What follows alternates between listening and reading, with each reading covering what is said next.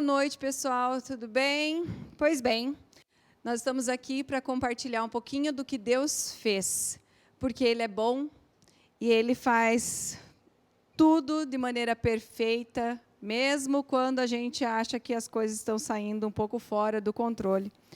Mas, desde criança, eu ouço uma palavra que diz assim, tudo coopera para o bem daqueles que amam a Deus. E essas palavras norteiam a minha vida e eu acredito piamente nisso, de que o Senhor está no controle de tudo, de que Ele tem o melhor, os seus planos são maiores do que os nossos, o propósito do Senhor é infinitamente melhor do que aquilo que nós imaginamos, pensamos, sonhamos, enfim. E por conta disso, eu quero nessa noite desafiar o seu coração a realmente entender que, independente do que você tenha vivido, venha viver, Deus está no controle de tudo. E eu quero compartilhar com vocês alguns dos momentos pelos quais eu fui desafiada a viver literalmente essa palavra. Então, assim, muitas vezes nós estamos olhando a situação e nós ficamos ali presos, porque a circunstância que nós nos encontramos nos assombram, nos assustam, nos atemorizam. E é muito fácil, muitas vezes, falar, mas viver é difícil. Viver por fé não é fácil. Mas eu quero compartilhar com vocês um momento muito importante que aconteceu na minha vida. Já em Foz do Iguaçu, nós estávamos servindo a igreja, fomos desafiados a sair de lá e fomos, então, plantar uma igreja em Brasília. E eu já vou começar rapidamente dessa forma, apresentando o que Deus fez naquele lugar. Nós recebemos uma palavra, e essa palavra foi clara, de que nós deveríamos nos encaminhar até Brasília para tocar um povo que seria difícil, que nós viveríamos dias difíceis, mas que o Senhor nos daria todo o amparo e o suporte. Nós fomos até lá com o projeto de acompanhar uma família grande que tinha na cidade, e que essa família era da nossa igreja anteriormente, mas depois que nós chegamos lá em Brasília, vendemos tudo que tínhamos, abrimos mão da nossa casa. Vocês conhecem algumas histórias assim de pessoas que abriram mão de tudo e foram para outro lugar. Só quem sai do seu lugar sabe o quão desafiador é abrir mão de tudo. E nós, naquela ocasião, até estávamos na nossa casa, recém-construída, com todos os detalhes que toda mulher sonha em ter, e ali eu sonhei e materializei os meus sonhos naquela casa em Foz do Iguaçu. Uma casa muito boa, que foi um presente do Senhor para nós. E estávamos ali quando o Senhor me pediu para sair de lá. E eu confesso que eu relutei, porque não é fácil você abrir mão. Eu fico pensando em Abraão, quando Deus pede Isaac. Quanto tempo ele levou para realmente concretizar isso? De subir a montanha e estar disposto a oferecer Isaac. Eu demorei para subir a montanha. Eu bati o pé e eu queria, Senhor, como assim eu vou abrir mão da minha casa, de tudo que eu tenho, de tudo que eu amo, né, que eu construí com tanto esforço, com tanta luta. Como nós iremos embora? E a palavra que o Senhor deixou muito claro, através de uma canção. Vocês vão perceber que durante toda essa ministração, o Senhor fala muito comigo através de canções. E numa das canções, o Senhor compartilhava comigo que tudo o que tenho, tudo o que sou, talvez você até conheça essa canção, tudo o que vier a ter, vem de ti, Senhor. E ali eu fui confrontada por Deus. Falei, bom, então, se é desse jeito, eu me rendo, eu me entrego, eu entrego a minha casa, eu ofereço ela a ti, Senhor. Porque melhor é obedecer do que sacrificar, e é melhor estar no centro da vontade de Deus do que em qualquer outro lugar. Mesmo que esse ambiente seja difícil, seja complexo, o Senhor estando conosco, tudo ficará bem. E quando nós chegamos em Brasília, naquele lugar, nós nos deparamos com um povo muito hostil, muito fechado, com pouco contato físico, emocional. Eu lembro que nós entrávamos no elevador e as pessoas se escondiam atrás dos smartphones, simplesmente para não ter o contato visual, para que não pudesse criar relações. E Deus foi trabalhando nas nossas vidas ali, naquela situação, nos fazendo crer que a cada dia o Senhor estava no controle. Nós tivemos contato, então, com aquela família, que era da igreja, e, por telefone, a pessoa me disse: quem são vocês? Vocês, aqueles que vêm lá do interior do Paraná, o que vocês têm para oferecer? Vocês não têm nada para oferecer, nós não estamos querendo nada. E aí, foi assim que fomos recebidos naquela cidade. Na ocasião, naquele tempo, nós estávamos servindo a igreja com intensidade, diariamente ali na igreja, já ordenados como pastores auxiliares. E aquela rotina, aquele ativismo da igreja, aquilo alegrava o nosso coração. Saber que estávamos compartilhando o amor de Deus, partilhando, soluções, cura para os corações. Aquilo tudo era maravilhoso. E nós achávamos que em Brasília seria o mesmo. Mas não foi. Nós nos deparamos com momentos muito difíceis. Porque nesse meio tempo, enquanto nós chegamos ali, fomos recebidos dessa forma, e até que a igreja começasse a se mover, a acontecer, ter pessoas, fazer contato, era tudo muito difícil. Neste tempo, neste período, o primeiro ano em Brasília, eu desenvolvi um quadro depressivo. Eu chorava muito, eu tinha vontade de dormir o dia inteiro, eu não queria sair de casa, porque eu não tinha nada para fazer. Uma pessoa super agitada, super animada, com tantas coisas, de repente me vi dentro de um apartamento, sem conhecer ninguém, sem ter para onde ir.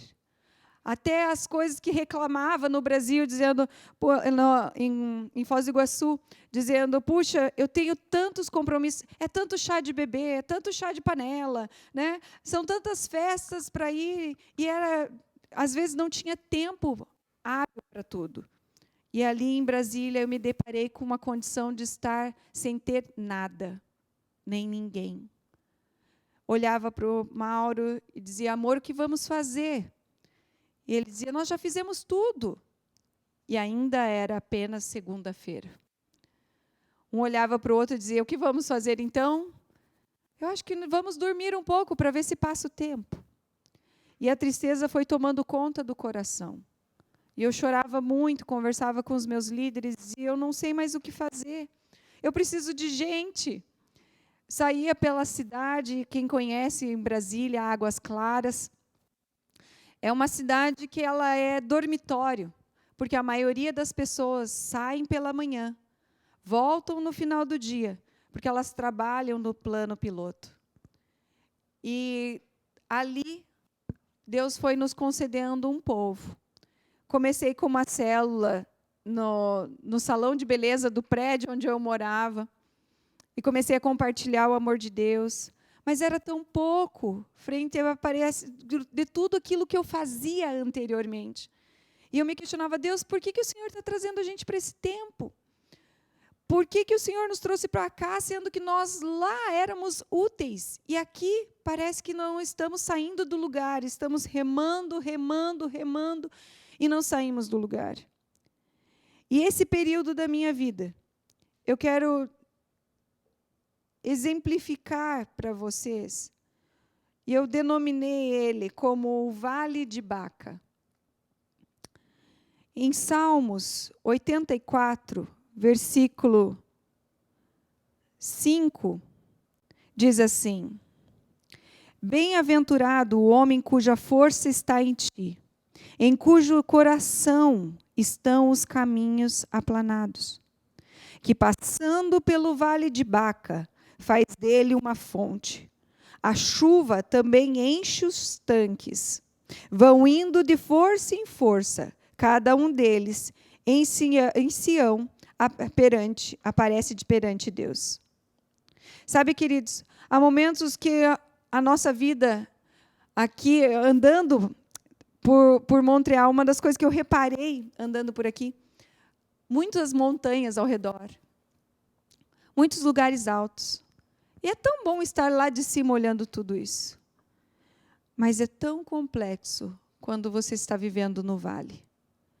E quando você vive no vale, que você começa a ver as coisas com uma percepção muito limitada.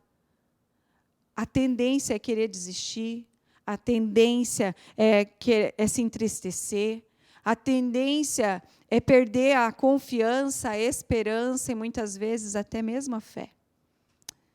E nesse tempo de vale de Baca, porque Baca representa isso, lágrimas, é o vale das lágrimas.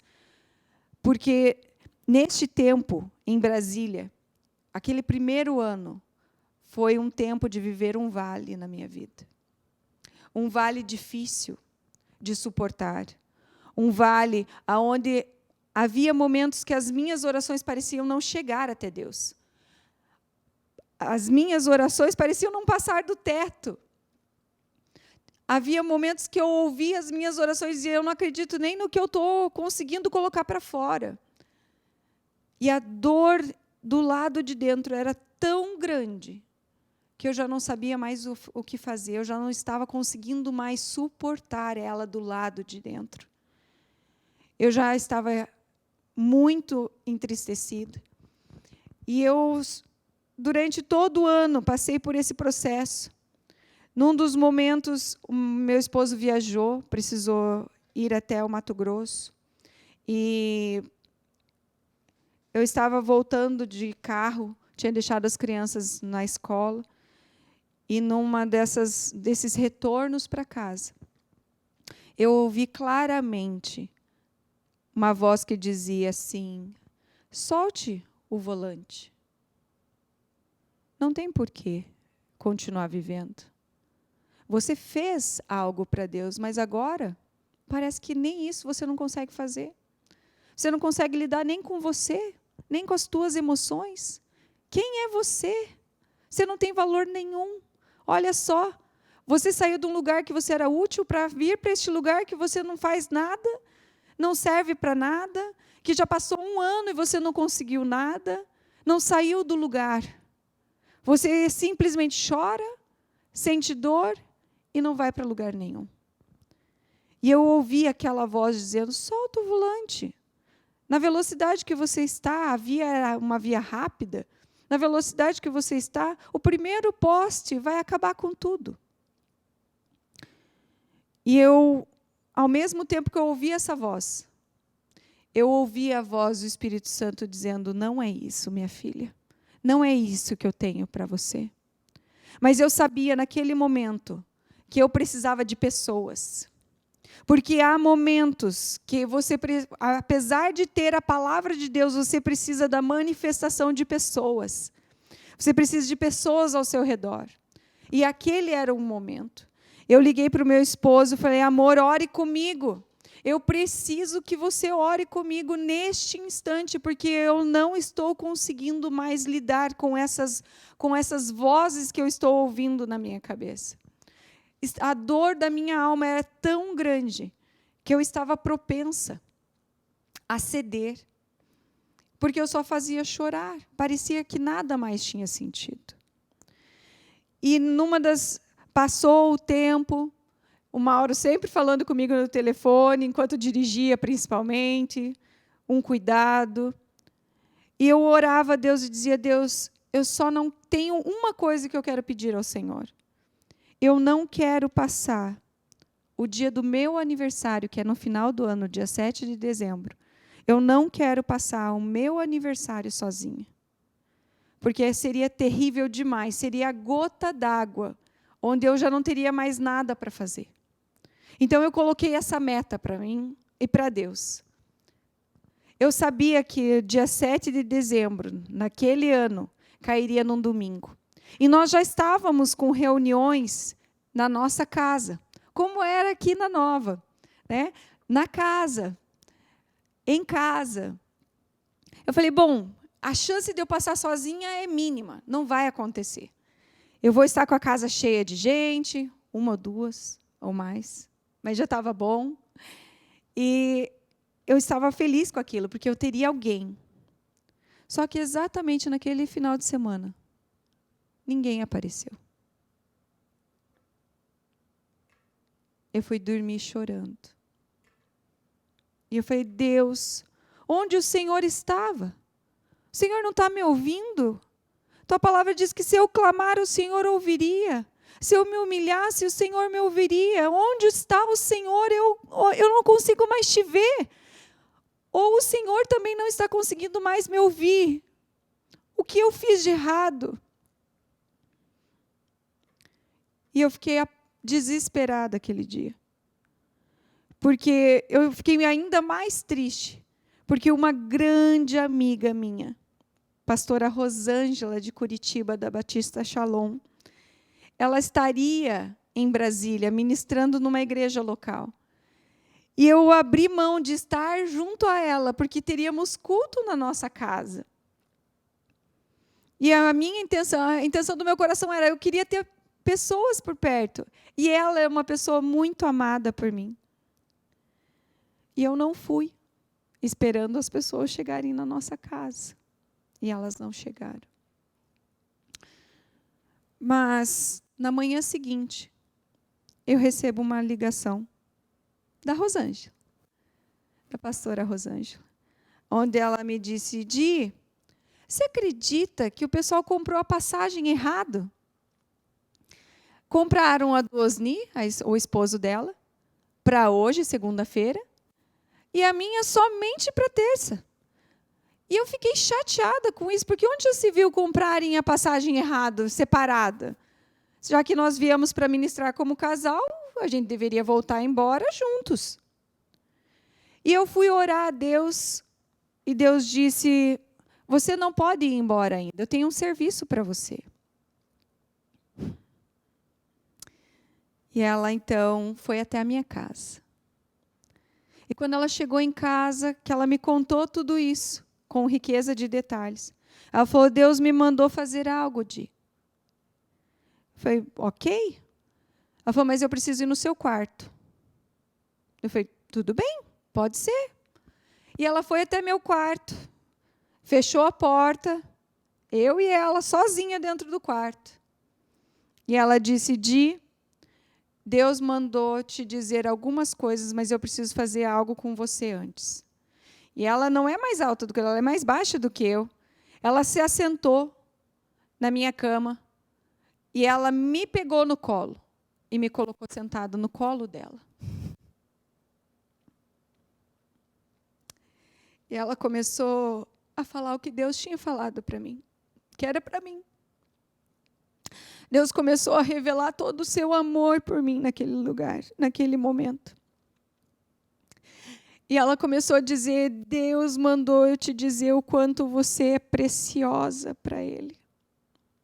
Que não é o que você faz, mas aquilo que você é, porque o teu coração está nele. E o teu propósito é agradá-lo, é servi-lo, e Ele reconhece isso. E Ele mandou te vir aqui, para te dizer que hoje Ele te põe no colo, para mostrar o quanto você é filha amada. Nessas horas eu já estava chorando muito. E cada lágrima que caía, porque a partir daquele momento que eu sentei naquele colo, não era mais Rosângela, Era o próprio Deus me envolvendo com seus braços de amor e dizendo: filha minha, eu te amo, você é importante para mim, eu te amo, você é preciosa, menina dos meus olhos. E Deus foi revelando o seu amor durante toda aquela tarde. E foi tão impactante que cada dor, parece que cada lágrima que eu tinha, derrubado, cada lágrima que eu havia chorado durante todo aquele ano, parece que o Senhor foi tirando e foi recolhendo uma a uma, e foi demonstrando o seu amor e o seu cuidado com a minha vida.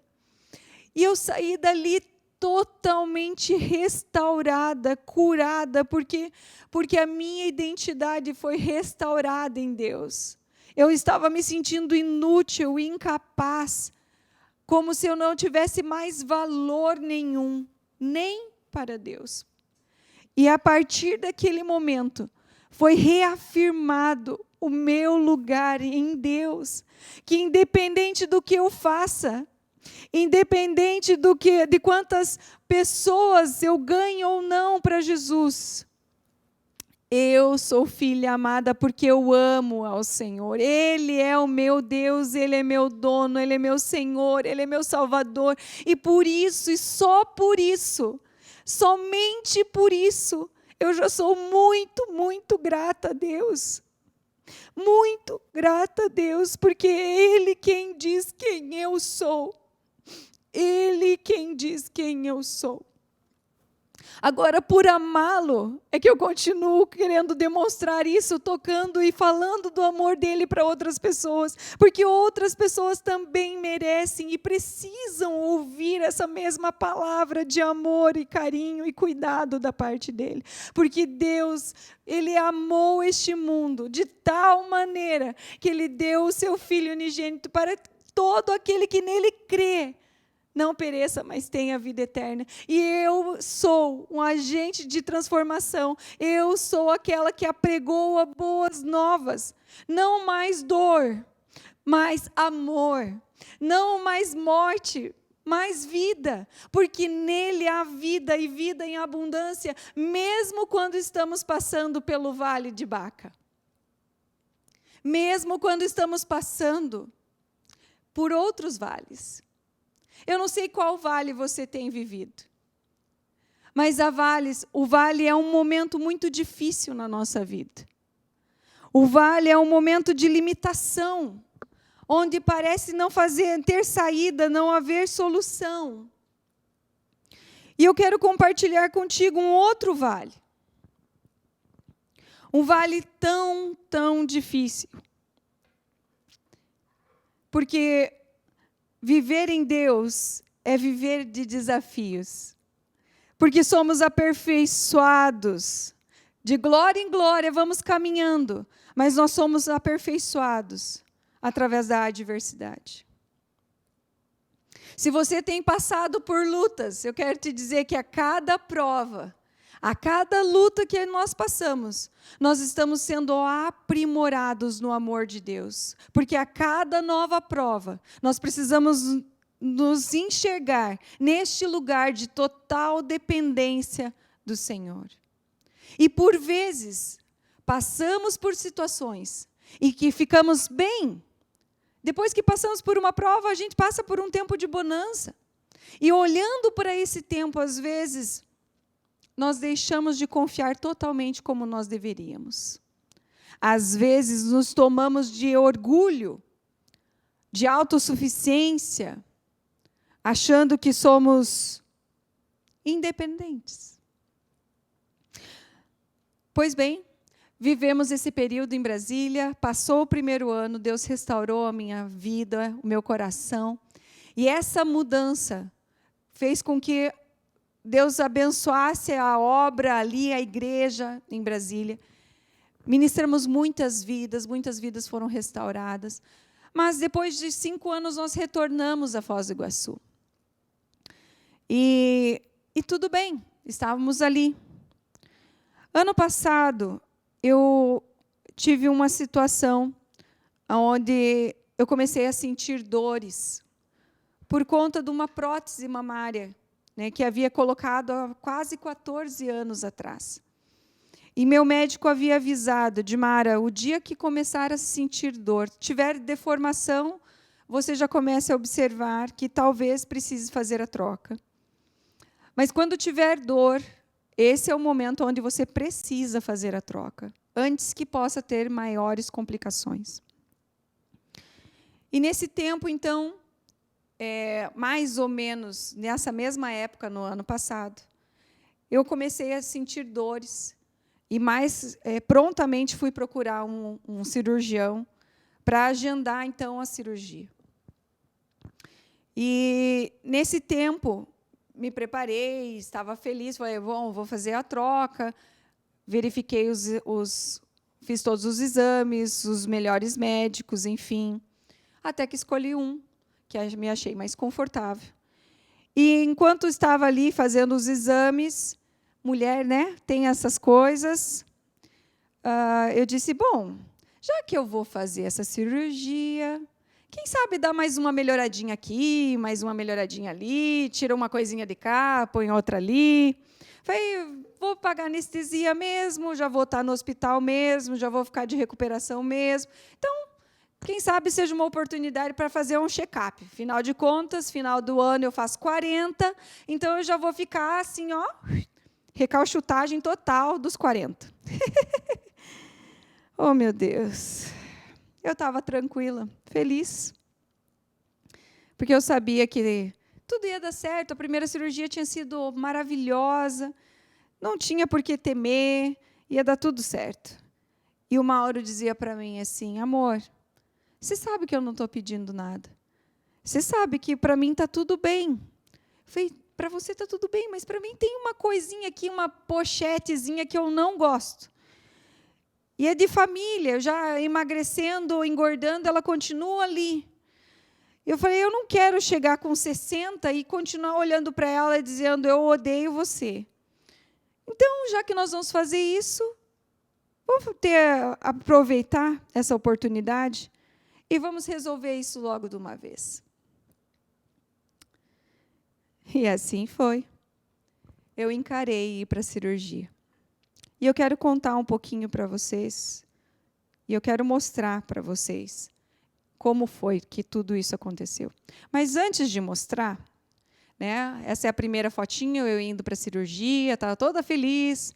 Eu tive um sonho na noite que antecedia, e eu me vi na sala de cirurgia,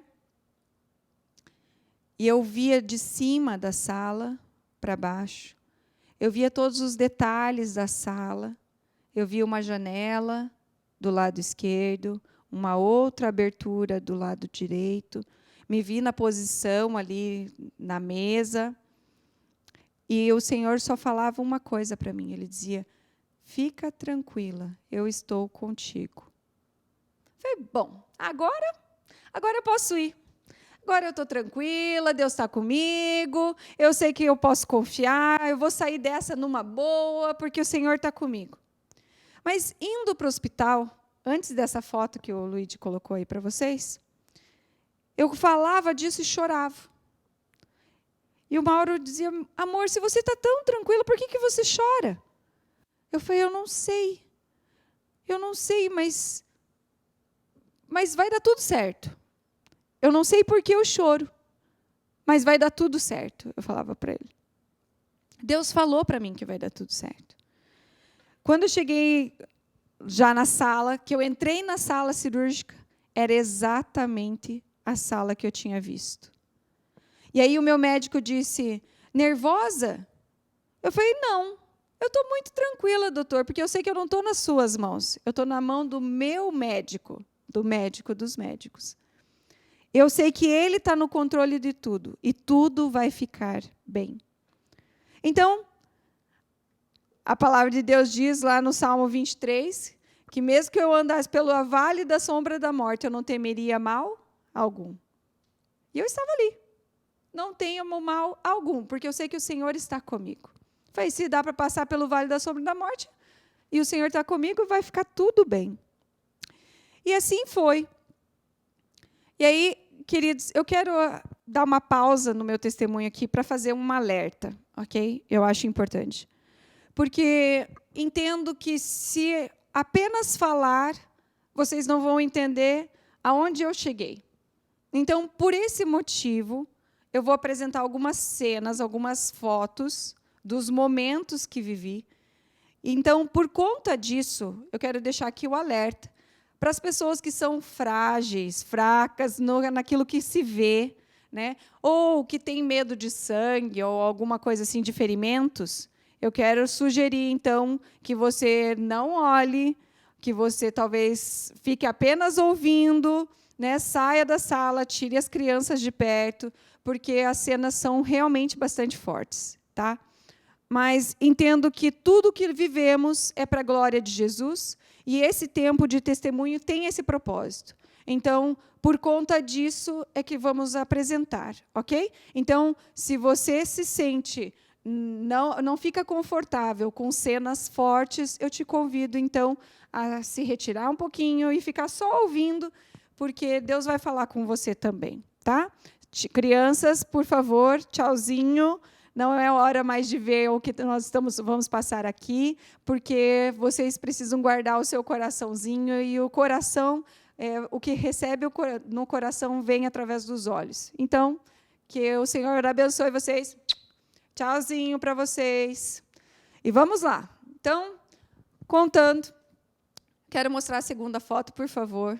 Eu estava bem tranquila, já em casa, até com a minha pastora, a pastora Genoveva, jogando Scrabble, numa boa, feliz da vida. Passei a semana assim, de segunda até sábado, eu estava totalmente bem, conversando, comendo, tinha até um bolo de rolo em cima da mesa ali, viu? Então, estava tudo bem, numa boa, tranquila, conversando, caminhando, né, com todo o cuidado que precisa ter após uma abdominoplastia, né? Também fiz troquei a prótese, enfim, fugiu o nome, mas está tudo bem. Então, o que acontece? Estava tudo bem, tudo em ordem, até que chegou o domingo. No domingo, eu amanheci com febre, e mesmo tomando a medicação, a febre não cedia. E eu passei o dia com febre. Eu estava com um dreno, e esse dreno ele entupiu. Então, o meu médico, o cirurgião, disse: eu preciso te ver. Na segunda-feira, eu fui até o consultório dele. E quando ele começou a me examinar, né, ele disse: o dreno entupiu, não está saindo e tal. Ele fez as manobras ali, mas não aconteceu nada, não voltou a funcionar. Ele disse: Edmara, vai ficar tudo bem. Quando ele começou a fazer o curativo, que ele passou o cotonete no meu umbigo, o meu umbigo começou a jorrar aquele líquido. Começou a jorrar um líquido, e ele falou: isso é bom, porque enquanto está jorrando, isso é sinal de que o corpo encontrou um meio de expelir todo esse líquido que não faz bem. E tudo bem. Eu fui para a farmácia, do consultório até a farmácia são umas 2, 3 quadras. Quando eu cheguei na farmácia, eu já estava toda molhada daquele líquido. E aí, mostra para nós a próxima, por favor. Olha aqui, doutor, como é que está?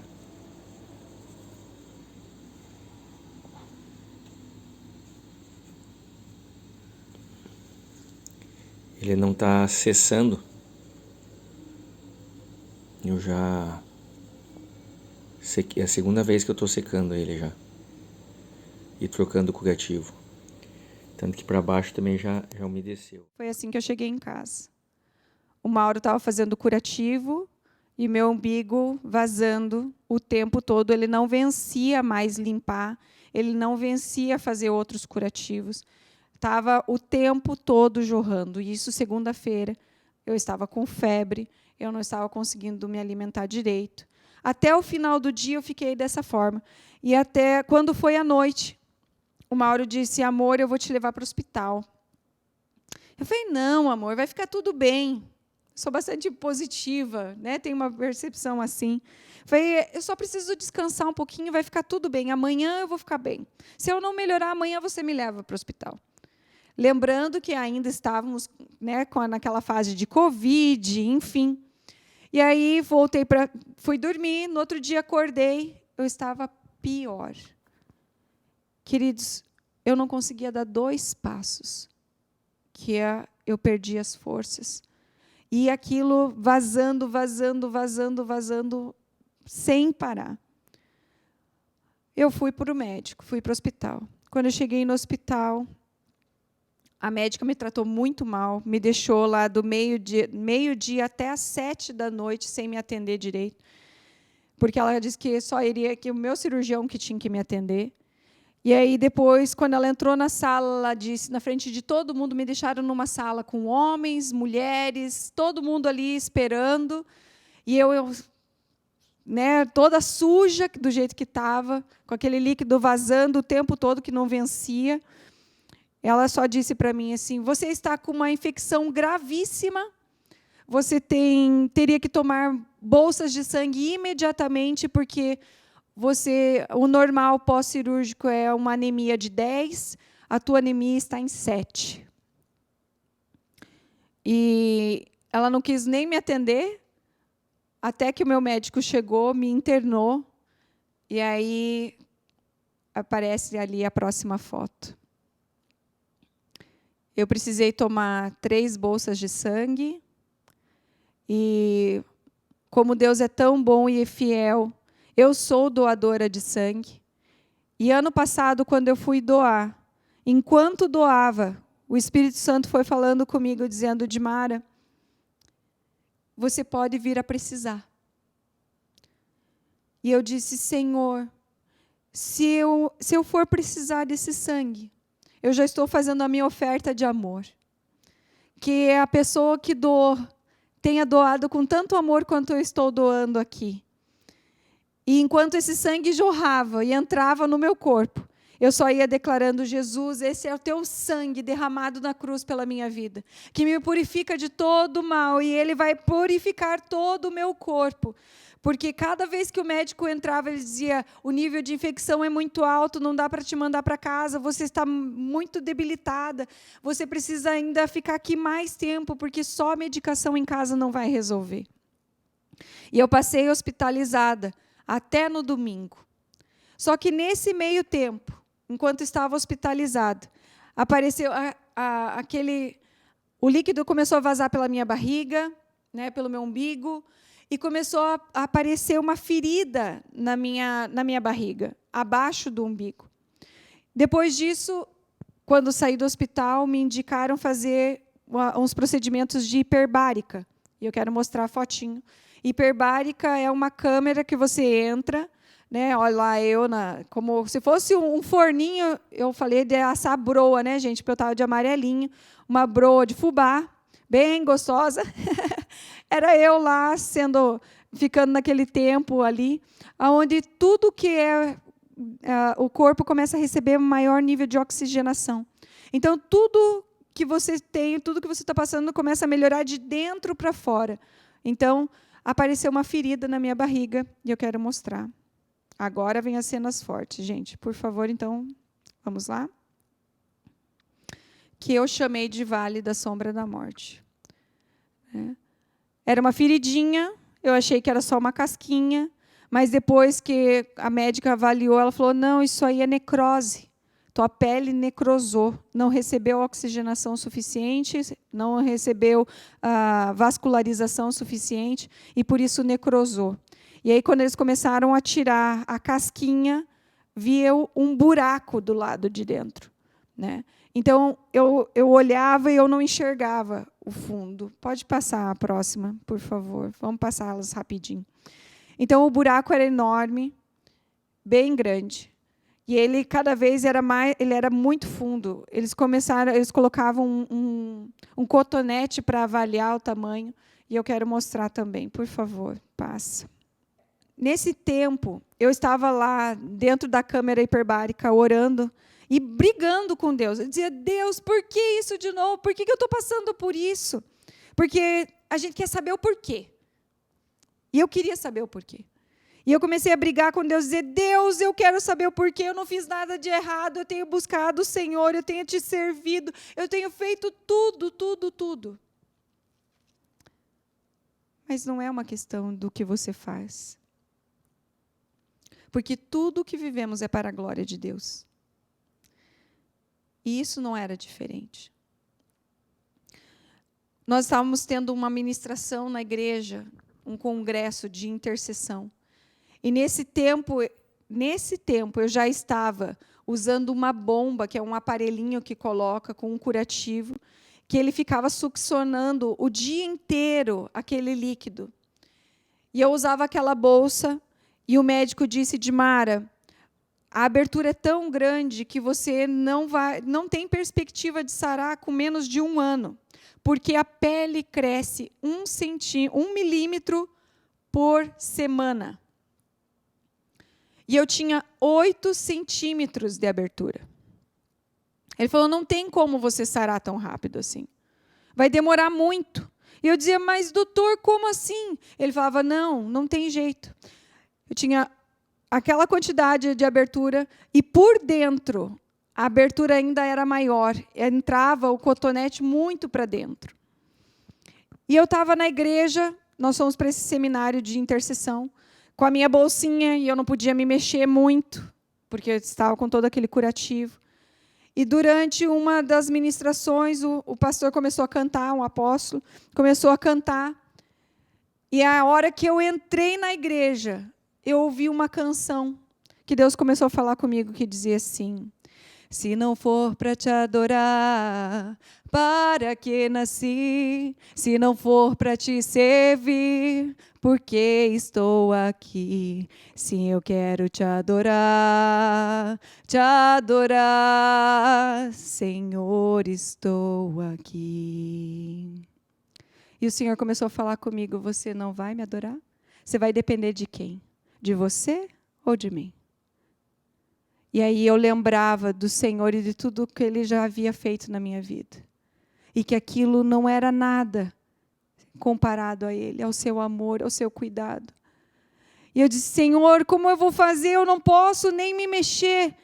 E Ele continuava repetindo aquela canção na minha mente. Se não for para te adorar, para que nasci? Se não for para te servir, por que estou aqui? Então eu decidi.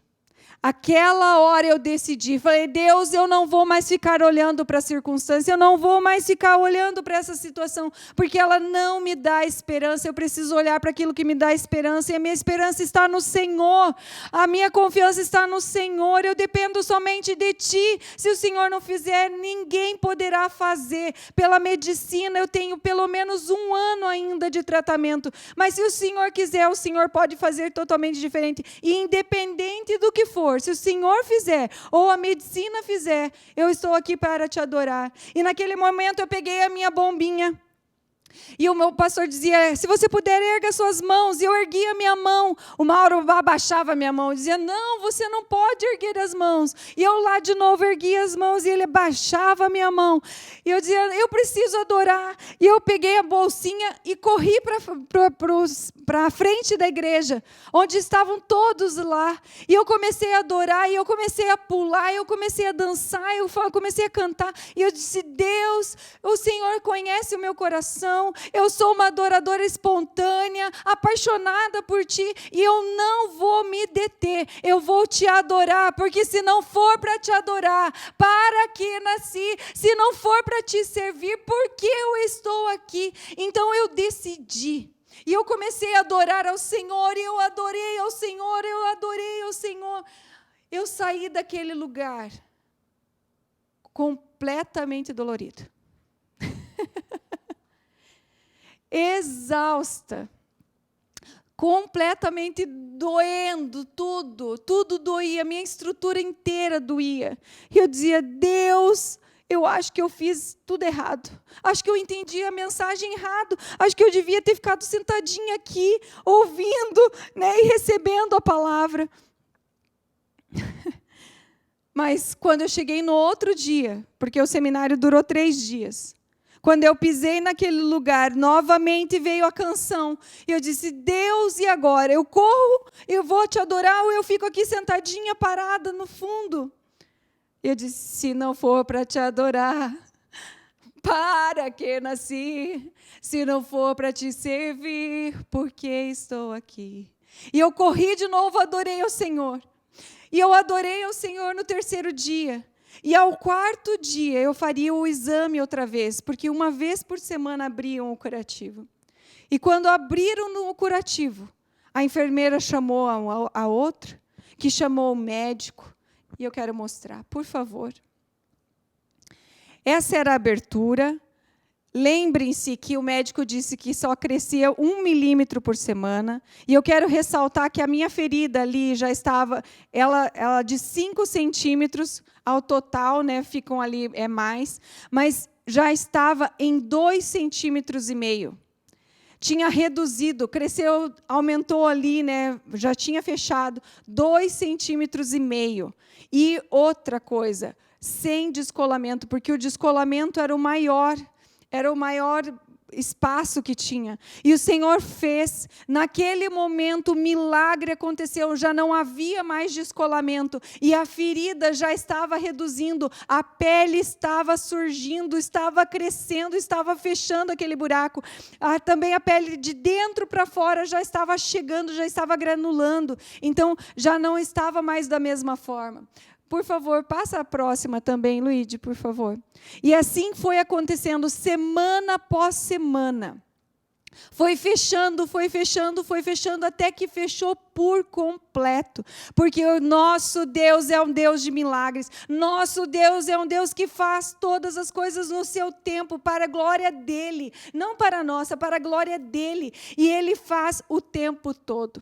E nesse tempo, enquanto estava preparando para ministrar, o Senhor me disse, Dimara, mesmo que vivamos em tempos difíceis, nós temos que entender que tudo serve para a glória dEle. E o Senhor me trouxe um versículo, que está em Cantares 2, onde Ele fala que nós somos o lírio dos vales, a rosa de Saron.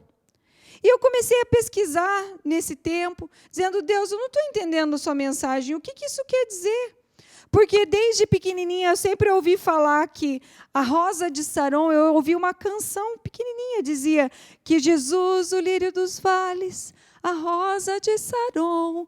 Eu acreditava que era Jesus. Eu falava, o que Jesus nessa hora da minha ferida tem a ver? E aí pesquisando e lendo, voltei para o texto. E o texto fala assim, Cânticos 2, versículo 1 a 4. Sou uma flor de Saron, um lírio dos vales, sou como um lírio entre os espinhos, é a minha amada entre as jovens. Como uma macieira entre as árvores da floresta, é o meu amado entre os jovens. Tenho prazer em sentar-me à sua sombra, o seu fruto é doce ao seu paladar. Ele me levou ao salão de banquetes, e o seu estandarte sobre mim é o amor. E o Senhor começou a ministrar ao meu coração sobre o amor dele. E a rosa de Saron, ela não era ele. Ele estava falando, era uma representação, né, da Sulamita, que Salomão estava se referindo a ela. Então, trazendo uma analogia para a igreja e para Jesus, hoje, quando nós lemos Cantares, vemos ali o amado declarando que a sua igreja é como a rosa de Saron, que a sua igreja é o lírio dos vales, que é tão bela porque ela cresce em meio aos espinhos, e isso ainda assim a torna bela, mostra que ela é diferente. E o lírio, ele tem um perfume que é peculiar, mas ele só é exalado, só aparece quando esse lírio é esmagado. Quando esse lírio ali em meio aos espinhos é comprimido e o seu aroma realmente pode ser exalado. Sabe, queridos, mesmo nos momentos mais difíceis da nossa vida, Deus está querendo oportunizar que o perfume, o bom perfume dele, seja exalado por outras pessoas a partir dessa situação. Por isso estou aqui hoje contando esse testemunho. Não é para a glória daquilo que eu vivi, dizer, nossa, eu vivi momentos difíceis e momentos onde o Senhor restaurou. Mas é dizer que mesmo em meio aos momentos difíceis, tudo serve para a glória do Senhor. É para Ele, para mostrar a magnitude, o poder, a excelência do nosso Deus, que no tempo certo Ele faz todas as coisas do jeito dEle, para a glória dEle, para que outros possam crer. E eu creio que nesta noite o Senhor está ativando o seu coração, a sua fé, para que você creia realmente que Ele está no controle de tudo. Eu não sei qual é o vale, mas mesmo em meio ao vale, Ele faz surgir flores, Ele faz surgir a beleza e o odor do bom perfume do lírio do vale. E Ele vai fazer coisas grandes na sua vida. Mas Ele quis marcar isso na minha história de uma maneira excelente. E eu quero mostrar isso para vocês. Quero mostrar como é que ficou tudo isso. Por favor, Luíde. Essa é a marca de como tudo ficou.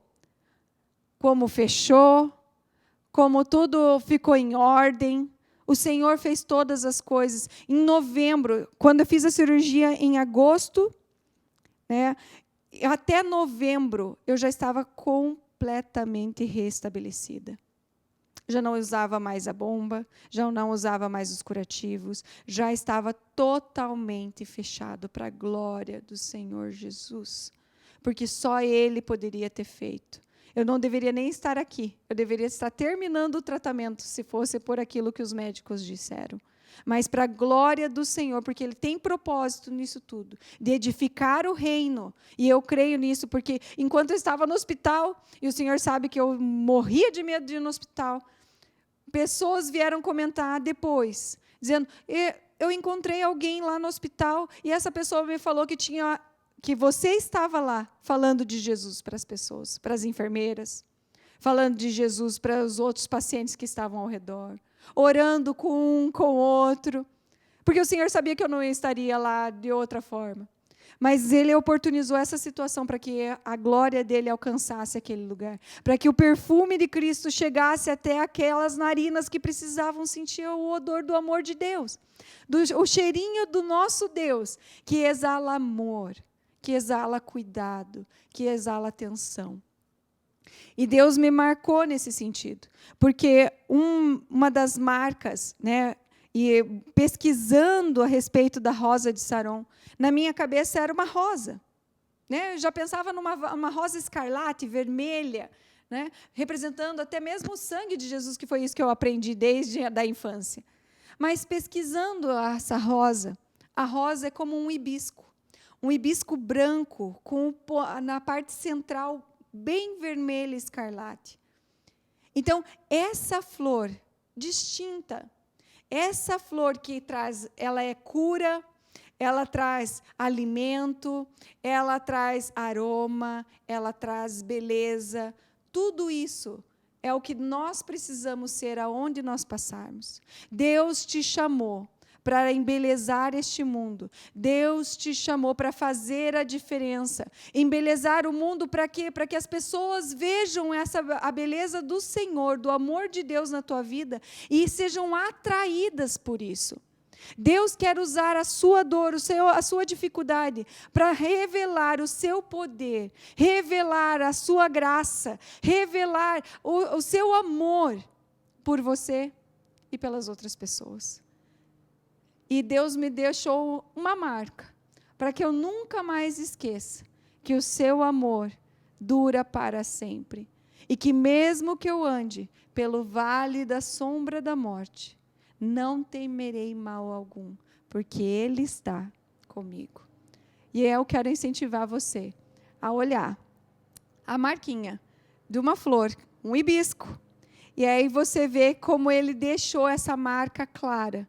Como eu brinco, Ele tatuou, para que nunca mais esqueça de que somos o lírio dos vales, somos rosa de Saron, para exalar e aperfeiçoar, mostrar ao mundo, revelar ao mundo o amor de Deus. Eu quero te convidar a orar agora. Eu não sei em que momento você tem vivido.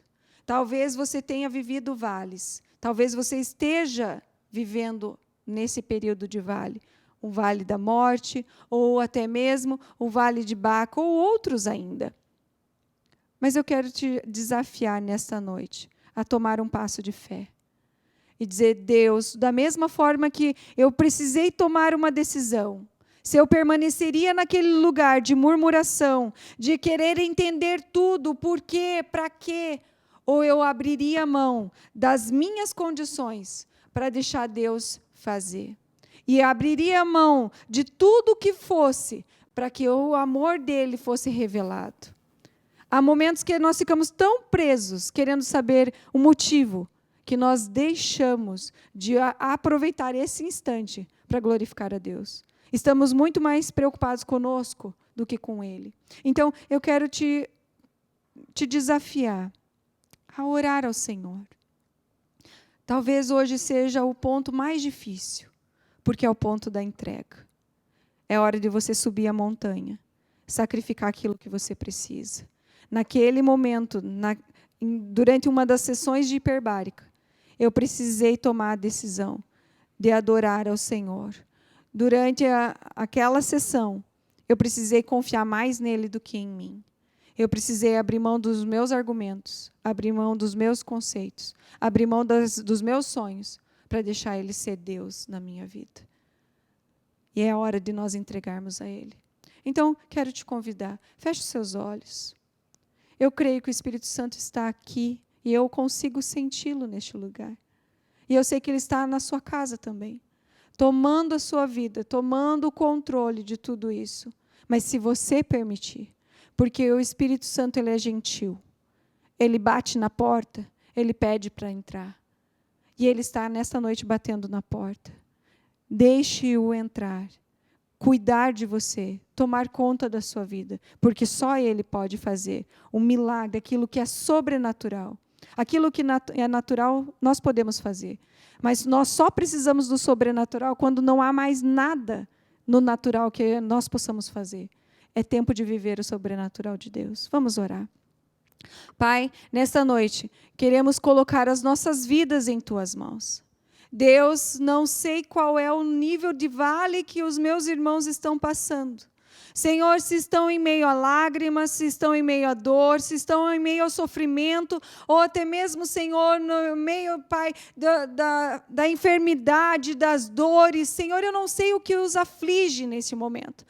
Pai, mas Tu os conheces e o Senhor tem um plano perfeito para cada um de nós. Por isso, Senhor, nós queremos entregar todo o nosso ser.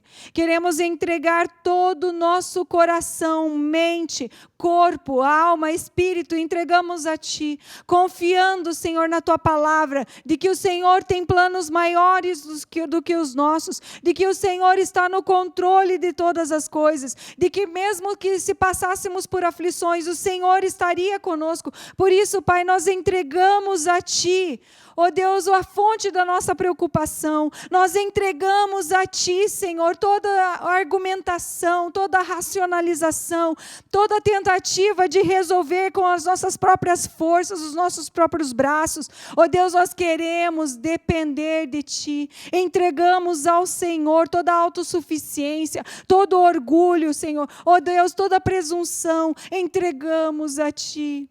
Faça conforme o Teu querer. Realize em nós a Tua vontade, para que o Senhor prevaleça, para que o Senhor cresça, para que eu diminua, para que a Tua glória resplandeça, para que vidas sejam transformadas. Oh Deus, em nome de Jesus, para que o Senhor seja quem é o Senhor Deus Todo-Poderoso, na terra, no céu, mas principalmente em nossas vidas. Seja o nosso Deus, seja o nosso Senhor, o nosso Salvador, e até mesmo a nossa aflição suba como aroma suave diante de Ti. E que no tempo oportuno o Senhor nos alcance, que no tempo oportuno a Tua mão nos tire deste lugar de aflição e nos coloque num terreno seguro, protegido, debaixo das Tuas asas. Mesmo nisso tudo, neste tempo difícil, que nós possamos ter e sentir o Teu cuidado, o Teu favor. É o que eu clamo, Senhor, nesta noite. E eu declaro sobre a vida dos meus irmãos, em nome de Jesus. Amém. Amém. Que Deus te abençoe, querido. Que esse testemunho sirva para edificar a sua fé, porque nós continuamos crendo num Deus que faz milagres, num Deus que cura, que curou, que cura e que vai continuar curando, que faz e faz novas todas as coisas, conforme o seu querer. Em nome de Jesus. Deus te abençoe.